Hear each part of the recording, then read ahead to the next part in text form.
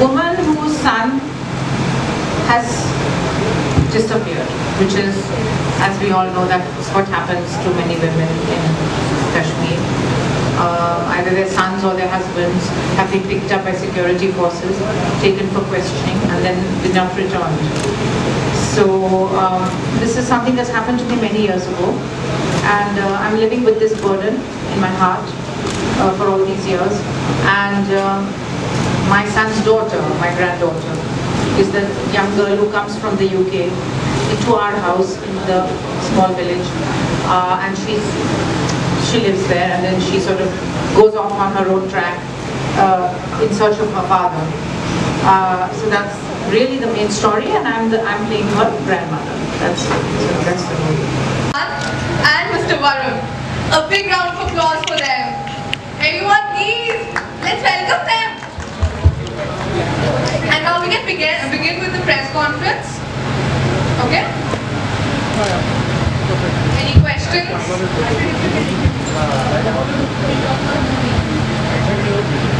Nobody wants to ask me a question? I have to just talk. All right. Tell me about little bit in your film. I can't say, sorry. Tell me about your film. Well, the film is actually about two 16-year-olds who embody all the youthfulness and spirit of mischievousness and the irreverence of youth. We just turn it down a bit. Yeah, the irreverence of youth. They go off on this adventure to look for their disappeared fathers, having discovered at that moment that their fathers have actually been picked up by Indian Armed Forces. And then they go on this adventure in which they fall in love, as we all have done in our teens. They have their first heartbreak, as we all have perhaps done in our teens. And it connects to a universal moment of innocence, where you make the transition between childhood and adulthood, and the moment when a 16-year-old discovers that they have to now grapple with things that are little beyond the experiences that they've had thus far, far from adult supervision. They have to confront realities, but whereas a child in Calcutta of 16 would perhaps take a lot of pleasure in smoking his perhaps first cigarette or bunking school, child in Kashmir faces arrest and incarceration by the armed forces because of the conditions in which they are born and the conditions in which they have to exist. And all of this is shown from the eyes of the innocent eyes of a 16-year-old teenager from Britain who is posting pictures on Instagram and Facebook. And there is photography is a part of the whole subtext of the film. And we experience Kashmir through her eyes. And the reason I chose a 16-year-old from UK and not, let's say, a 16-year-old Kashmiri from Bangalore or from Madras or from Delhi was because we have a lot of, how do you say, a certain vision of Kashmir has been created in the country, which is one-sided in our media, and thanks to government propaganda as well, is entirely one-sided. And counter-narratives, humanistic narratives, compassionate narratives are all but missing. So it is my attempt. I think Kashmir is in a crisis not of politics and not of social issues, but first and foremost, Kashmir is in a crisis of compassion. And if we are not compassionate towards people of our own nation who are undergoing various heinous hardships, which we are not proud of as a young democracy, 70-year-old democracy, then we need to take a look at it. We need to start telling the truth. We need to start addressing these issues rather than try to bury them and smother them and take out one-sided tales, because the problem is in our daily national discourse, it is not films that cause fear, it is censorship that causes fear. By not being supported by media people like yourselves, and I must thank you, as I'm sure does everyone who's sitting over here. The media deserves a a warm round of applause for the way they have come out and supported this film, for the way they have come out and supported their own freedom of expression, because at the end of the day, curbing my freedom of expression extends itself to yours as well. So I think it's very important for us to have these counter narratives out there in our country. It's very important for us to understand that this is a fractious piece of land we are ready to go to war with, as we saw, unfortunately, post-Pulwama. But somehow we don't want to acknowledge its people. And this is problematic. We want the land, but we don't want the people. And we tell the people to go to Pakistan. So आपको कश्मीर से हटाना चाहिए. Once it was. बिल्कुल. AFSPA जैसा गैर कानूनी कानून हमारे गणतंत्र को, हमारे देश को शोभा नहीं देती. इस चीज़ को हमारे कानून के जो किताबें हैं उसे हटा देना चाहिए, और मैं कहता हूँ कि पढ़ाना चाहिए हमारे बच्चों को कि ऐसा कानून कभी ना लागू हो. क्योंकि जो वाकिफ नहीं है आसपास से, शायद मैं समझा दूँ कि इस कानून के तहत कोई भी सिक्योरिटी फोर्स कौन सी भी रैंक का ऑन सस्पिशन, शक पर ही किसी को भी किसी भी टाइम पे मार सकता है, और उस पर कानूनी कार्रवाई नहीं हो सकती. तो ये तो 007 से भी ज़्यादा खतरनाक एक कानून है. और मैं दोबारा कहता हूँ कि हमारे 70 साल से हम एक नौजवान डेमोक्रेसी हैं. अगर आप अमेरिका या यूके से अगर कंपेयर करें तो, और मुझे लगता है कि ऐसे कानून को अपने स्टैट्यूट बुक्स पे रखना, और वो भी 30 साल रखना, जैसे नागालैंड में है. कश्मीर में तो 30 साल से है, नागालैंड में पता नहीं कब से चल रहा है. शायद आप मुझे बता सकते हैं किस साल में लगा था नागालैंड में, और वो आज तक चलता आ रहा है. और जो खौफ पैदा होती है इस कानून के अंदर, जो शक पैदा होती है एक शख्स और दूसरे शख्स के बीच, आप देश को इस तरीके से नहीं गवर्न कर सकते. आप देश के लोगों को लेकर, उनके साथ जुड़कर, उनके प्रॉब्लम्स और उनकी जो भावनाएं हैं उनको समझकर आगे बढ़ सकते हैं. उन पे ऐसे कानून नहीं लागू कर सकते. और दूसरी चीज़, आसपास में बहुत खतरनाक एक और चीज़ है जो शायद बाहर उभर के आती नहीं, और वो है सिक्योरिटी फोर्सेस. आप अगर ऐसा पावर दे देंगे किसी के हाथ में, हम मनुष्य हैं, at the end of the day we are human beings. When you give such power to a hand, to a young man who has come from a different part of the country and standing on the streets of Kashmir or any of these troubled areas where AFSPA is in vogue, you remove the basic humanity that that person brings to a situation. Power is a corruption. There are reasons why we have laws in this country. It's because those laws limit. It has outlived itself long after the militancy has been curbed, if you want to call it like that. Militancy was more or less controlled by 2005-2006 in Kashmir for sure, and it has outlived its usefulness.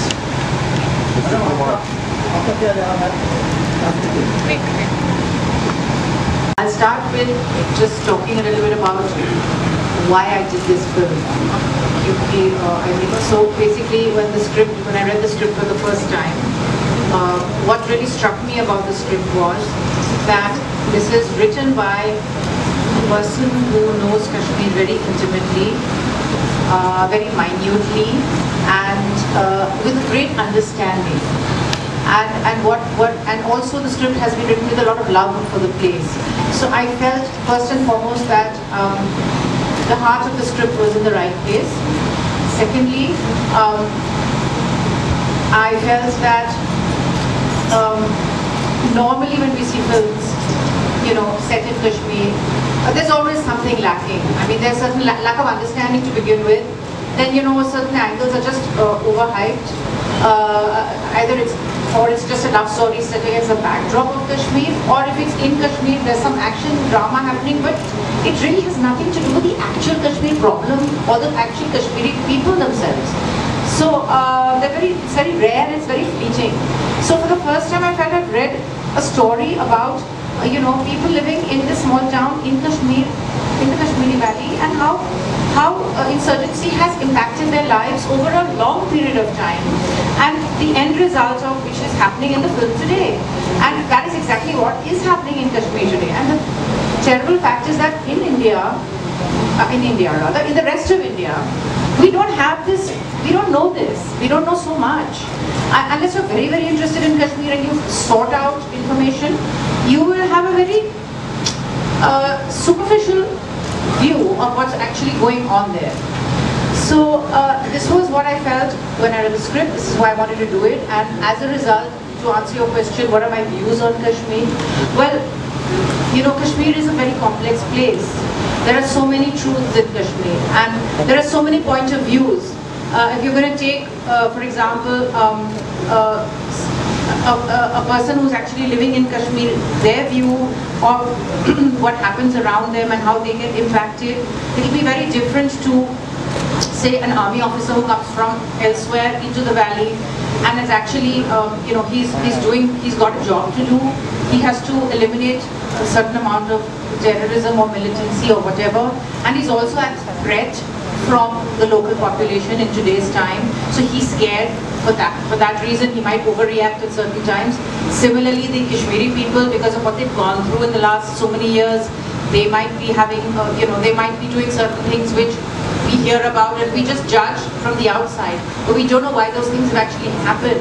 So what I want to just say is that if ever you go to Kashmir for a holiday, just anybody goes, the first thing they'll feel is that the people themselves are very warm people, they're very hospitable, they're very lovely people, they're very soft-spoken, they're very gentle. And it just begs the question that what has happened in the valley, what has happened to these people that has made them violent? Why does a population become violent? So these are questions we need to answer, we need to find answers to, we need to understand.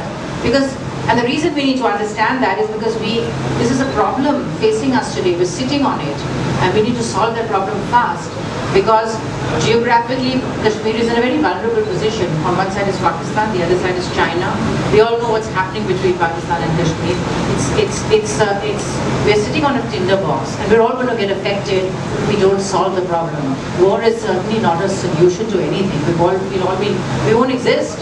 So it's not going to be. We need to find out how we can prevent this. And the only way to do this, according to me, is to now start understanding the issues, talking to people, and figuring out how to solve it that way. That is just my understanding of it over the last couple of years that I've been traveling there and after doing this film as well. Not for filming? Not for filming. Apart from that, a couple of times. Have you stayed the life of a Kashmiri, common Kashmiri? No, I haven't, but I've met a lot of people. Ever stayed with? For 1 decade, I visit Kashmir at least 4 times a year. 4 times a year? And I have lived in Gurez, I have lived in Bandipur, I have lived in...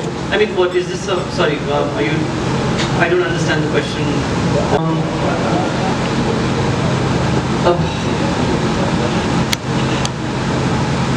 Let me just point it out by a couple of examples, okay? Because I think I can answer this gentleman's question as well.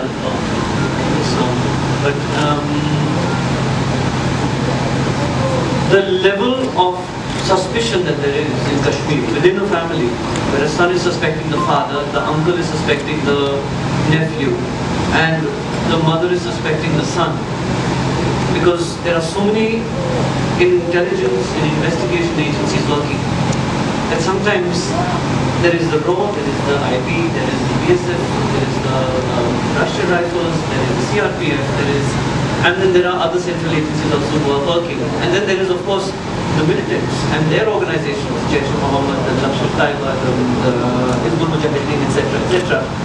Kashmir is a hornet's nest of suspicion, and suspicion produces fear. Talking to an average Kashmiri is a very difficult thing. You have to win trust. the fact that I was able to get in there, watch my documentaries, you will understand the kind of intimacy and the kind of... But despite that, once you win their trust, the gates open because they are dying to be heard. They are dying to be listened to. And that coupled along with the hospitality that one receives, that Soni ma'am just pointed out, that coupled with the fact that once you enter a Kashmiri's home, gentlemen just asked me, have you lived with Kashmiris? I can very confidently say, yes, I have. I mean, I haven't lived there on a permanent basis because I am not from the valley, but I have lived there enough for me to understand as a human being what the daily life could be like. And it is a very, very, very difficult situation. For example, when there is a curfew, there was a woman that I was talking to who had just given birth a year ago. And there was a curfew and she could not feed the child naturally. So she had to get willpower. Now there is a curfew for 3 days running. If she steps out of the house, she can be shot. Or can be shot, she probably will be shot because there is a check post right at the end of her lane. This is the dilemma. This is the daily life. Put yourself in this position. The child is packed, satchel is packed in the morning, lunch tiffin box is put inside. By the evening, just the lunch box, uneaten food and the satchel returns. So you know, these are the things over there. And this is a daily occurrence. These things don't even get reported, forget about it. The big flashy incidents are reported. And what is reported is the encounters between the armed forces, which is important. We need to report those things as well. It's very, very important. I'm not belittling that. There is a situation today in Kashmir where when that encounter begins, in 2009 when I went to Kashmir and I was talking to ex-militants, and I've talked to any number of ex-militants. In 2009 when I went and talking to them, they were like, we gave up the gun, we were tortured, we served 2 years under PSA, Public Safety Act. And then we were released back into mainstream and now a lot of them have their own businesses and they're doing everything. This generation of millennials, what are they doing? When they hear that there is an encounter, their parents' generation, they used to run from that place. This generation is coming. The news reports you all must have read. They are coming in between the guns of the militants and the armed forces to allow the militants to escape. People from the villages themselves are throwing themselves in front of these. It is an act of desperation, sheer desperation, as was Pulwama. What motivates a 20-year-old child? Put himself into a car, strapped with explosives and drive it into a truck and cause the kind of horrific destruction that we saw. We need to start asking ourselves, what? Why? How have we brought that condition? Soni ma'am very rightly just pointed out that what's happened over there is such a generous, wonderful, open-hearted, warm bunch of people who till today, if you visit Kashmir and you go to a village, the minute your car drives in and you get out of your taxi, the oldest person from that the village will come to you immediately, pull you by your hand, take you into his house, sit you down over there, insist you eat with him, stay. And when he says, "Yahan baitho," baitho in Kashmir means stay. Stay means sleep the night with us, stay the night with us. The entire village arrives into that guy's house. The word spreads. The whole panchayat will arrive. They want to see who is this, because their vision of India is a man in a camouflage. Their vision of India is a man with a gun. Their vision of India is a man with the jackboots. They haven't seen people like me and you and everybody else. So my urge is visit. Avoid the tourist areas. Go into the suburbs even of Srinagar. Go into the little villages. Is your film... It is, I mean, we are talking about very serious things, and I think the topic has gone from the entertainment part of the film into some serious issues, which is fine because it does raise all these issues as well, and I'm happy to discuss that. But does it really answer the problems that has been raised? That is for you. It doesn't. I don't provide answers. That's not my job. My job is to raise the issues. The answers need to be provided by the people who are perceiving the film. But you don't think that politics is... Personal one, which as a mother, we realized a long time back that Ashvin was very clear about his passion for theatre and to tell a story. And he was never really somebody who was wanting to tell kind of humorous story. He was always involved in, as he said, Swatanitra. Those were the films he watched. And he didn't want a conventional education. So when he finished his school, went to St. Stephen's, he told us, this is not for me, I want to go to film school. So he went to Bennington, we let him follow him there, and then he went to the London School of Film. And his career choices have always been something where he has to be motivated by looking at things, trying to understand them, and expressing them in ways which are not normally done by most children. I think one has to just accept the child for what it is, and I'm very, very proud of him. Plus, I'm very, very scared every time he involves himself in something which is really quite difficult to involve yourself in. Secondly, it's not glamorous. Okay, this film is, as he says, an entertainment. A lot of you will watch it and enjoy it. But his other films on Kashmir have been extremely, they would be banned and then he got awards for them. But it's really not an easy path to travel. His first film was also The Little Terrorist, and it got nominated for the Oscars. So as a parent, what do you say? He obviously knows how to tell a story, and of course, I am very proud of him. If you really want to ask about the costume, then you'll have to be prepared for a little bit of detail. Well, I mean, Kashmir as a place is a very isolated place of this country. It has been cut off for many, many years, not only recently. I think a lot of us are not aware that it perhaps is the part of our country which has the richest textile heritage of India. And because it has that, it has been again cut off. Not many people research there. It's not a fashion place, except for the fact that most of the world's fashion is germinates from Kashmir because they use it as their muse. To do the costumes for this film was very difficult because I had no reference. You go to Kashmir, you don't get reference of photographs of women in particular, men, yes. But the main thing is that it's a very cold place and you cannot pick up fabrics that are available all over India. You need woolen fabrics, you need things that are woven in the hills, you need Kashmiri shawls, even for the men. Even the styling of the clothes is very particular. They haven't gone into mainstream India. They wear layered clothes and they always have worn layered clothes.